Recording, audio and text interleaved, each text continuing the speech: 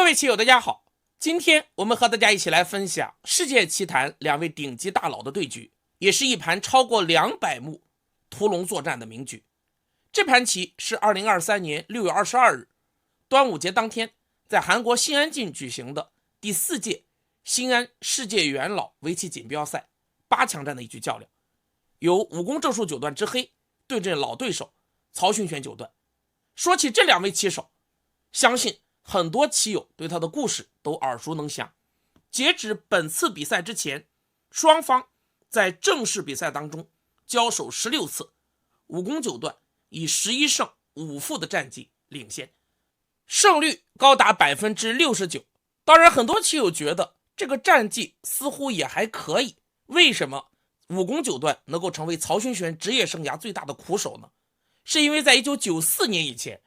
双方曾交手9次，结果武功九段以8胜1负的战绩碾压曹九段。甚至在1990年的时候，作为当时唯二的2位世界冠军，武功九段自挂1亿日元，与曹勋玄九段进行了一次世界巅峰之战的3番棋较量，结果武功九段以2-0轻松获胜，留下了一段棋坛的佳话。接下来我们就一起来欣赏这两位大佬级的对局。执黑的武功九段选择了自己拿手的2连星开局，曹九段同样应以2连星，之后黑棋挂，白棋守角，黑棋非常积极的再挂。白棋单关守角的时候，黑棋并没有在右边一带布下3连星。武功九段显然也是学习了 AI 的招法，下一手棋黑棋在上方拆3，而白棋则马上点33。曹九段似乎意图以 AI 的招法来挑衅武功正数的宇宙流，但黑棋对于这个变化也是非常熟悉。下一手黑棋挡住，白棋长，黑棋飞的时候，白棋顶完在2路搬，黑棋马上在上方搬完段，以下形成了经典的大十字架的定式。白棋将上方黑棋的潜力破掉，但黑棋在右边一带重新形成了阵势。有趣的是，下一手棋白棋飞的时候，此时争子黑棋有利，黑棋简明吃住这颗子，一般的认为这个定式白棋稍亏。但是武功九段明知争子有利，却选择了争子不利时才采用的飞的下法，难道武功九段记错定式了吗？当然不是。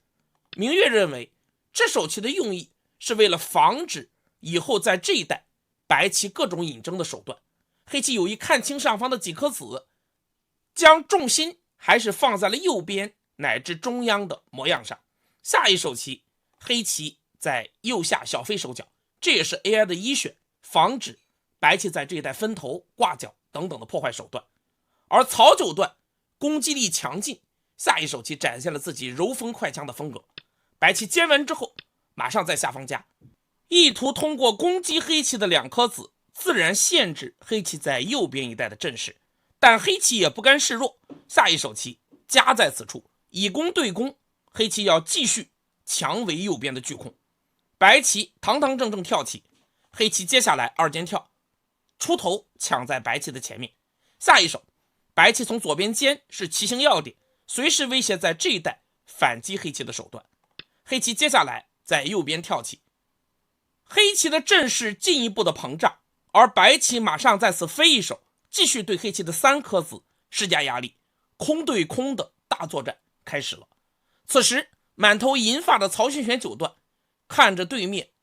锃光瓦亮的光头，想必思绪已经回到了50多年以前在日本棋院的修业时代。1962年年仅9岁的曹勋玄在韩国棋院定段，成为当时世界上最年轻的职业棋手。第2年他东渡日本继续求学，拜在赖月宪作门下。然而到了日本之后，日本棋院并不承认曹勋玄的段位，直到4年以后1967年才授予他职业初段。而刚刚得到职业初段的曹勋玄有着自己天才的倨傲，想要在日本棋院的比赛当中一展手脚，证明自己的实力。结果没有想到的是，在1967年秋季的大手和比赛当中，踌躇满志刚刚14岁的曹勋玄第1轮就碰到了年长自己2岁的武功正数，结果在那场大作战当中，武功正数之白6目半获胜，给曹勋玄当头一棒。而这盘棋也让曹勋玄九段印象深刻，在后来他的著作《人生20局》当中，他将这盘棋列在对局的首位，自称是永生难忘的一局。或许天才的童年阴影也需要一生去治愈，这可能就是武功九段成为曹九段终生苦守的初始之举。后面有机会可以和大家分享这盘棋。现在双方都已老去，但求道之心依然执着。回到棋盘，下一手棋，黑棋在脚步先靠，加固这一带的防线之后，下一手堂堂正正跳向中央，白棋3颗子也依旧没有活境。接下来白棋跳继续追击，黑棋则刺了一手，这是体现武功九段中腹感觉的一手。刺试探白棋应手，如果白棋粘住的话，此时 AI 推荐黑棋在此飞。想必武功九段也看到了这手棋，这颗黑子极轻，可弃可取，但一旦这一带以后尖变成先手，黑棋不仅稳固了自身的防线，这一带的冲段也将变得非常严厉。而白棋如果单关联络，黑棋右边这颗子对于膨胀自身的模样也是有极大裨益的，所以这个图是黑棋的理想图。曹勋玄自然不肯，下一手棋白棋在下方挡住反击，黑棋接下来顺势一尖补住这一带的弱点。接下来中央的冲段将愈发的严厉，白棋后时在中央自补一手，黑棋先手将自身加强之后，回到中腹抢占了制高点，右边一带再次形成了庞大的宇宙流的模样。此时形势双方依旧是5-5开，黑棋胜率 44.6%。 下一手白棋直接潜消了进来，这手棋赶在黑棋模样封口之前，走在了两端顶点的连线中心处，也是潜消的常用分寸。那么如何对付这手白棋呢？决议此时的建议是黑棋在上方点，先手交换之后回到中腹间，缠绕进攻两处的白棋。白棋如果逃出，自然会伤害到下方这块棋，所以白棋接下来有可能会靠在此处腾挪，希望能够在黑棋的空中就地做活。但实战当中，武功九段的下法却更具视觉冲击力。下一手棋，黑棋直接一步象步飞，将白棋罩在了里面，依旧想要将白棋赶向中央。曹九段自然也不肯示弱，在这个地方他将自己燕子的风格也充分的展现出来。下一手一招燕子三抄水，直接从下方一带进入了黑棋的空中。此手瞄着在下方3线的拖过，如果黑棋强行阻渡的话，那么白棋可以在脚步靠，黑棋搬，白棋可以胡起，以后在脚步连扳有做劫的手段。而黑棋打吃，白棋打，黑棋提，白棋打，这个劫黑棋没法打，太重，而黑棋粘住，白棋一粘，这样白棋在黑棋的脚步防线撕开了一道口子。由于外围一带的黑棋并不够厚，白棋还有众多的先手，那么白棋就找到了鹧鸪腾挪的一个步调，这是白棋的理想图。但武功九段的大局观卓绝，下一手棋黑棋直接压住，是进角活棋还是与边上联络，悉听尊便，但中央这一带是我的天下。下一手白棋在脚步靠，黑棋挖，白棋打完之后，接下来3招走完，曹九段也不敢在这一带恋战。虽然决议认为白棋是可以长进角，先将脚步的实地捞走再说，但这样的下法风险极高。接下来黑棋在下方断，白棋飞，黑棋挡住，白棋冲，黑棋打。下一手白棋粘，脚步做活已暂时没有问题，但黑棋接下来回到中腹间，这颗白子已动弹不得。决议建议接下来白棋在上方穿象眼，看清这颗子，瞄着拉出这颗白子，吃住黑棋转换的手段。但这个下法的风险极高，曹九段也没有把握，毕竟白棋下方这块大龙还没有活棋，武功九段的攻击力之强悍，曹九段是深有体会的。当然还要啰嗦一点的是，下方一带白棋的这颗子不能逃出，否则黑棋有爬的经典弃子手段，这样黑棋先手将白棋封锁，接下来后世的补助断点，对于这块白棋的眼位伤害是极大的。所以这个图没有敢于选择，下一手棋白棋回到中央正面迎战，而黑棋则马上将白棋冲断。以下是一本道，白棋打吃，黑棋长出，白棋接下来再次穿出，威胁逃出这颗子的时候，黑棋的下法依旧简明厚实。接下来黑棋争吃掉了这颗白子，吃完之后，白棋下方这条大龙的处境愈发的危险。当然，白棋也找到了破坏黑棋右边一带阵势的头绪。此时黑棋的胜率 70.2%， 黑棋稍优，但局面非常复杂。下一手棋白棋压出，威胁出动这颗子，但黑棋对上方的几颗子在当初飞的时候就已经有看清之意。下一手棋在下方粘，对白棋的大龙开始猛攻，白棋补出断点，黑棋接下来再次五攻九段，攻不忘守，厚实无比，一边破坏白棋棋形，一边护住自身弱点，冲断变得严厉。白棋尖也是局部最佳的防御手段，而黑棋接下来再飞，眼见中央合围之势即将成型，曹九段也是不慌不忙。这个时候白棋的本手是在此飞出，出头反击，同时瞄着逃出这颗子的手段。黑棋如果提吃，白棋再压过来，同时反击下方的黑棋。但曹九段在飞出之前却选择了在此先贴一手的下法。这手棋一来补强这颗子，增加中央的眼位，同时也瞄准了再次搬侵入到黑棋右边空中的反击手段。但是五攻九段的招法同样精妙，下一手棋黑棋没有简单处理这两颗子，而是在上方反冲。白棋打的时候，黑棋顺势提掉，这是一种高明的行棋步调。接近行棋提吃这颗子之后，现在白棋飞出的手段已经暂时不成立了。下一手棋白棋选择在上方叫吃，破坏黑棋的棋形。此时不知道各位棋友怎么想，明月的感觉是黑棋这手棋总要粘住，因为这一带如果被白棋提吃，白棋的断点全部消失，整体的白棋全部变厚，黑棋右边的潜力将受损严重。但是如果黑棋粘，将面临另外一个问题的考验。白棋粘先手，黑棋接下来再断反击的时候，白棋可以再次搬进去。以下是一本道，黑棋长，白棋一路压过来。这个下法白棋打穿了黑棋右边的空，以后压还是先手，黑棋大致还是要再退一手。这样虽然看起来黑棋吃住了白棋的几颗子，但白棋在这一带的收获也很大。各位棋友是不是也是这样判断呢？然而 AI 却认为这样下是黑棋大优的局面，也是局部黑棋最佳的下法。我们细品之下会发现，这一带虽然白棋打破了黑空，但是以后黑棋在此尖出的时候，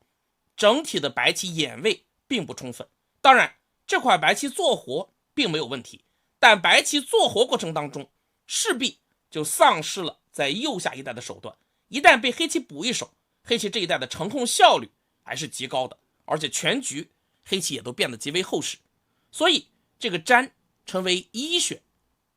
看似出乎意料之外，但是看到 AI 给出的图在细品，却也在情理之中。但是这个图对于我们人类棋手在实战当中要下出来，难度实在是太大了。实战当中五攻九段的下法更符合他的风格。接下来黑棋直接在此长，攻敌所必救。白棋此时如果提吃两颗子固然极爽，但黑棋这一尖，白棋的大龙已经岌岌可危。此时白棋跳，黑棋有在此冲完之后直接加强攻的手段。但是 AI 给出的图显示，白棋这条大龙还是不会死，虽然此后的变化我们无法详尽的得知，但胜率依旧是双方5-5开。不过实战当中，曹九段依然没有敢于在五攻九段的屠刀之下冒险。下一手棋白棋在下方尖护住眼位，此手同时也有剥夺黑棋眼位伺机反击的可能。接下来黑棋在此飞自补一手，防住这一带白棋飞出以及跨断种种的手段，同时也将左上的两颗白子牵连到阵中来。下一手棋白棋在此尖反击，黑棋厚实粘住，防止白棋挤断。接下来白棋再尖，寻求出路的同时也伺机分段黑棋，快枪虽迟，但终于还是到了。说到曹九段与武功九段，就不得不提我们中国的棋圣聂卫平九段。这三个人可以说形成了一个苦手的循环。我们之前介绍过武功九段与曹九段的战绩，而曹九段与聂卫平九段的战绩，职业生涯双方交手31局，曹九段22胜，胜率高达 71%。 但从另外一个方面看，聂卫平九段对阵武功九段，职业生涯共对弈16局，聂卫平九段13胜，胜率高达 81%。 武功九段给少年的曹九段内心留下了阴影，而聂卫平九段在擂台赛当中与武功九段的世纪之战，则仿佛找到了对付宇宙流的信心。我们继续回到这盘棋，下一手棋，黑棋顺势长出，继续走后，白棋再冲，黑棋再长。接下来白棋在压的时候，黑棋选择了粘住。武功九段面对两线作战也毫无惧色，此时左上的两颗白子没活，中央大龙尚未安定，而黑棋粘完之后，右边的白棋也暴露出了断点。但同样我们换个方向，黑棋左边大龙没有活，这个迂形的这块棋也不是完全安定之形。下一手棋，白棋在上方粘住，黑棋并没有去断吃这两颗子，而是非常积极的扳住了白棋的三子头。白棋在扳，反过来威胁黑棋这块棋的时候，黑棋的连扳是强硬手段。由于黑棋随时留有断吃这两颗子的后路，这一带黑棋并不担心白棋的反击。实战当中，白棋也在寻求作战的一个步调。下一手棋，白棋回到右边粘住，切断黑棋后路，黑棋打吃连回，白棋顺势一断，局面骤然升级。此时黑棋的大龙也被切断了，现在黑棋的胜率 50.1%， 形势彻底的回到了5-5开。下一手棋，黑棋在上方粘住，随时保留在此争吃这颗白子的手段。而现在局面焦灼，素来不打无把握之仗的曹九段，下一手棋并没有直接动出这颗子，而是在下方再煎了一手，很有耐心的试探黑棋。黑棋此时如果厚实的在上方吃一手，自然大龙无忧，但白棋在下方度过，价值本身也是极大的，目数收获极大，大龙安定，这样白棋还是可以满意的。但武功九段自然不肯，实战当中黑棋直接挡了下来，继续把矛头对准了白棋的大龙。白棋下一手在角上再加，黑棋扳，强硬阻渡。接下来白棋如果在这带尖，做活大龙自然没有问题，先前尖的交换增加了眼位，但是黑棋跳下成为了绝好点，左上的两颗白子需要处理，而白棋如果尖，黑棋可以再次立下。白棋再跳固然是可以将脚步守牢，但是黑棋也回到右下吃住这颗子，这样一连串的攻防，黑棋得到了这个跳下的大棋，同时这一带随时还保留有吃住这颗白子的手段，右下角已经全部转为实地，这个结果黑棋满意。所以实战当中两大高手也是斗智斗勇，老而弥坚。下一手棋，白棋直接在左边飞了一手，安定脚步两颗子的同时，继续威胁黑棋的大龙。黑棋如果此时吃一手，那么白棋再回到下方一带尖，黑棋再去吃角的话，白棋尖在此处。这样我们看到边上的棋形和先前黑棋跳在这相比，双方的实地出入还是极大的，这个图白棋可以接受。所以实战当中，面对白棋在左边飞，黑棋接下来再度下出强手，下一招棋黑棋直接尖，强行破坏白棋大龙眼位。面对黑棋咄咄逼人的攻势，此时童年的阴影想必又在曹九段的心头浮现，接下来他也不敢冒险。下一手白棋立完之后尖在此处护住眼位，现在看来白棋在这一带有眼，而上方中央一带也藏有后手的一只眼，白棋大龙似乎暂时无忧。黑棋此时如果吃住这颗子，那么白棋就可以回到右下活出这个角，这样白棋实地上还是占据些许的优势的。但是武功九段面对曹九段的下法，接下来的招法更是凶悍。下一手棋，黑棋竟然置自身大龙于不顾，强行在右下断吃了这颗子。这一招实力收获巨大，加之黑棋先前间的配合，这两颗白子暂时也动弹不得，整个右下一带全部被黑棋收归己有。白棋此时也忍无可忍，当然要对大龙发动冲击。此时最简单的下法，也是 AI 的医学，是白棋常在此处切断黑棋大龙。但曹九段要追求更高效率，下一手棋白棋直接在上方靠，竟然想要先手连回这颗子，然后率先对大龙发动进攻。武功九段接下来在脚步长出，黑棋再长的时候，白棋没有跟着应，否则这一带白棋这颗子已经逃出了。下一手棋黑棋打吃，白棋长，黑棋再冲，白棋粘住的时候，黑棋保留了上方冲断等等的味道。下一手棋开始处理大龙，而武功九段处理大龙的方式也是别具一格。此时在脚步点是局部容易想到的下法，这一带由于白棋自身气紧，加之存在断点， AI 认为白棋最佳的下法应该吃住这颗子，但黑棋挤先手以后再断。白棋如果提吃，黑棋打完之后一虎，脚步已经出具眼位，而如果白棋现在反击的话，也大同小异。黑棋打，白棋提，黑棋打完之后一扳，局部做活并没有太大的问题。但武功九段的陟孤同样充满了攻击性。下一手棋黑棋靠在此处，竟要将左上的白棋也卷进来。我们恐怕很难想到，短短几十手棋之后，左上的白棋就几乎要全部阵亡了。我们继续来欣赏下一手棋，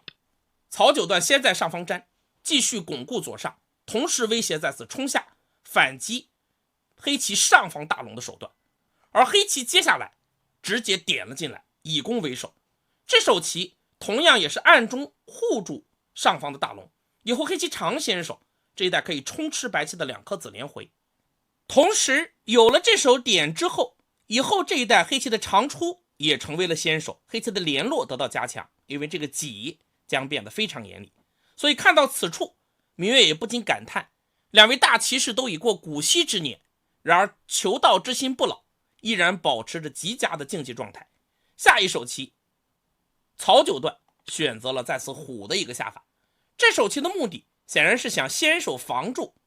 黑棋在此长的手段，但是从事后看来，这是本局最后的败招。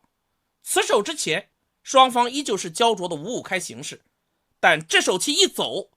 武功九段此后的下法几乎是招招一选，再没有给白棋丝毫的机会。我们继续来欣赏，黑棋自然挡住，接下来白棋再搬出反击，黑棋断，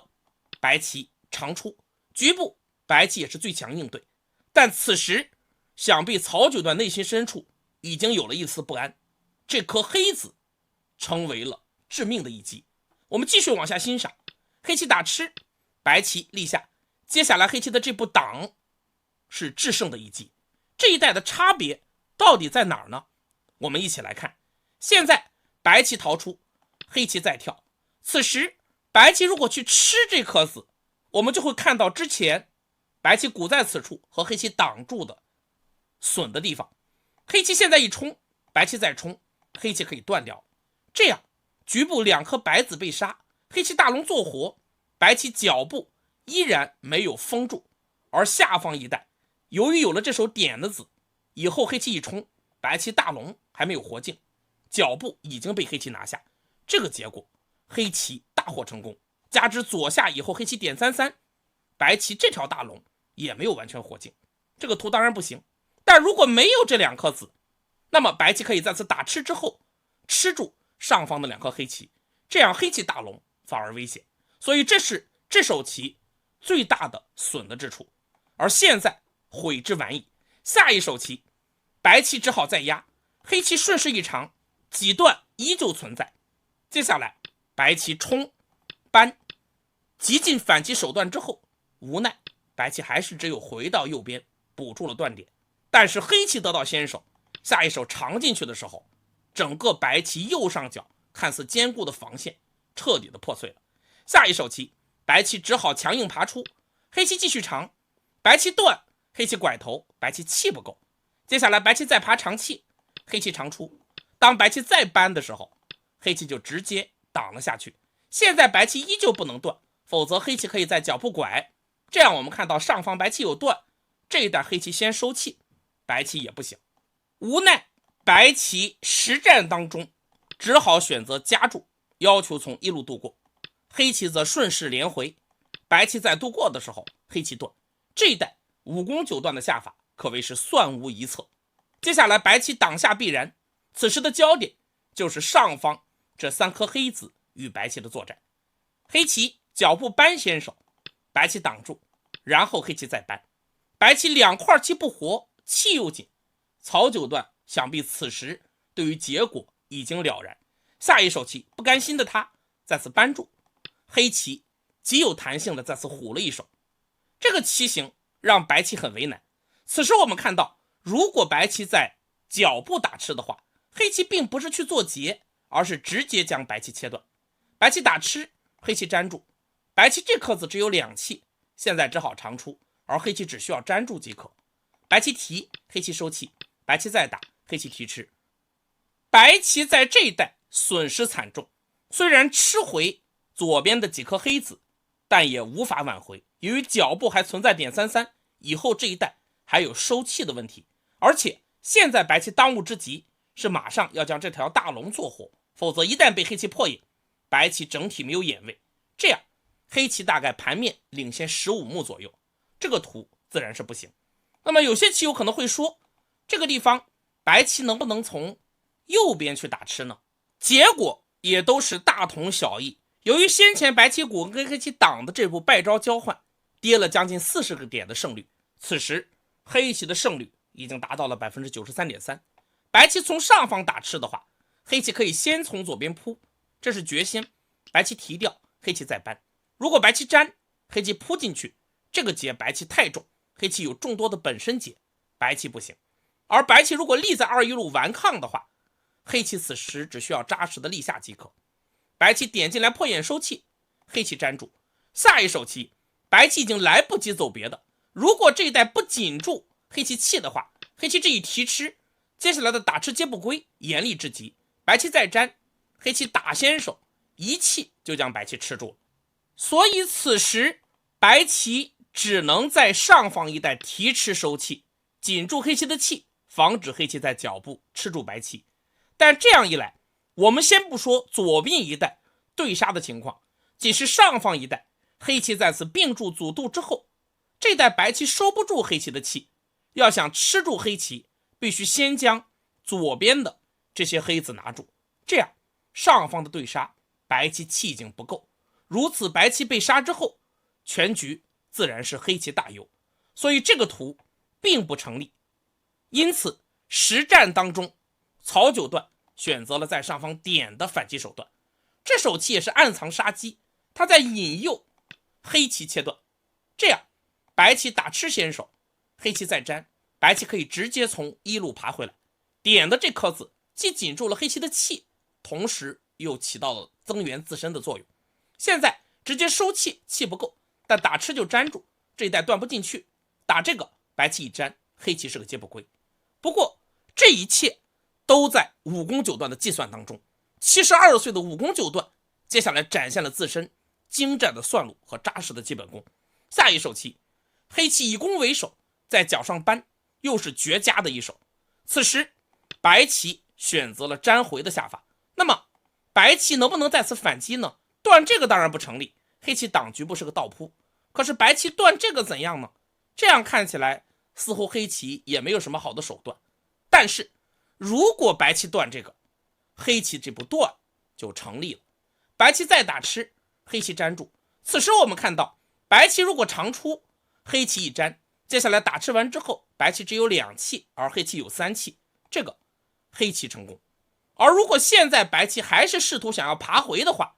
黑棋打完之后一打，我们看到脚部这2颗黑子竟然起到了巧妙的紧气作用，白棋粘不住，这样白棋局部也全部崩溃了。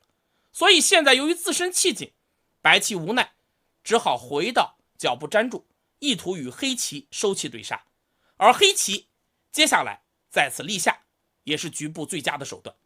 白棋再度面临选择，此时白棋如果在上方虎补出断点顽抗的话，黑棋立下阻度，白棋扳，黑棋断。当白棋再挡下的时候，黑棋在脚部粘住即可。这样局部的对杀，白棋已然不行。现在白棋如果退出这颗子，黑棋可以扑完之后团住，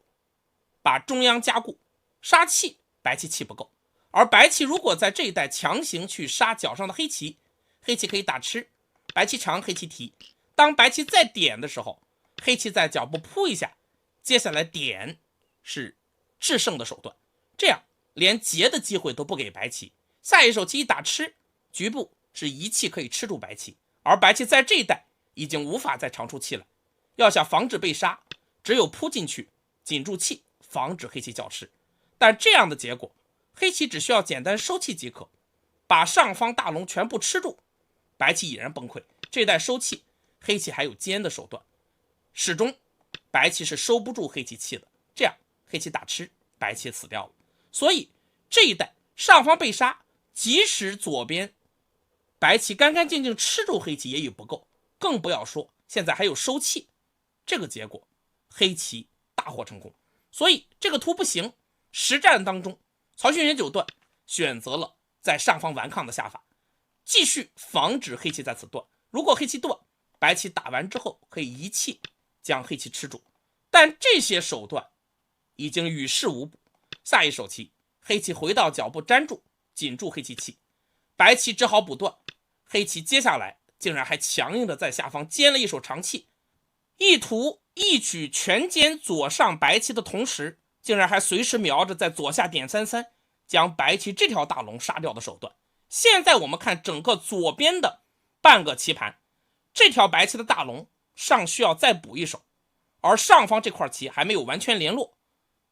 左上不活，左下不活，全盘能够确定的活棋只有右上的这一块白棋。武功九段攻击力之强悍可见一斑。我们继续来欣赏下一手棋，白棋粘回做最后抵抗，意图威胁黑棋的这条大龙。但是黑棋接下来横顶又是局部的好手，既防住了这一带断等等的手段，又阻止了白棋的渡过。实际上白棋这个时候已经彻底的崩溃了。接下来白棋在上方长，黑棋收气，白棋打吃，黑棋提的时候，曹九段没有再抵抗，投子认负。武功九段仅用163手就战胜了老对手曹勋玄九段。接下来如果继续进行，白棋点在此处，和刚才的情况大同小异，黑棋扑完之后一点即可。这一带白棋已经无计可施，白棋再从上方紧气，黑棋甚至可以直接做眼活棋，连收气的机会都不给白棋。这样我们看到，虽然左上一带看似白棋一粘，暂时形成了一个双活，但由于白棋这块棋是死棋，里生外熟，整个左上已经全军覆没了。所以这盘棋虽然是两位年过古稀的老将对决，但是却杀出了年轻人的气势与风采，异常的精彩。曹九段面对终生的苦守，旧仇未报，又添新恨。而在这次元老赛当中，曾经的韩国四大天王也悉数败下阵来。李昌镐输给了一天纪基，而刘昌鹤上午的时候已被武功九段淘汰，徐凤珠也输给了于斌九段。这样武功正数、于斌、伊田纪基、崔明勋进入了第4届新安元老杯的4强。我们也期待着这些老将能够为我们带来更为精彩的对局。今天的讲解就到这里，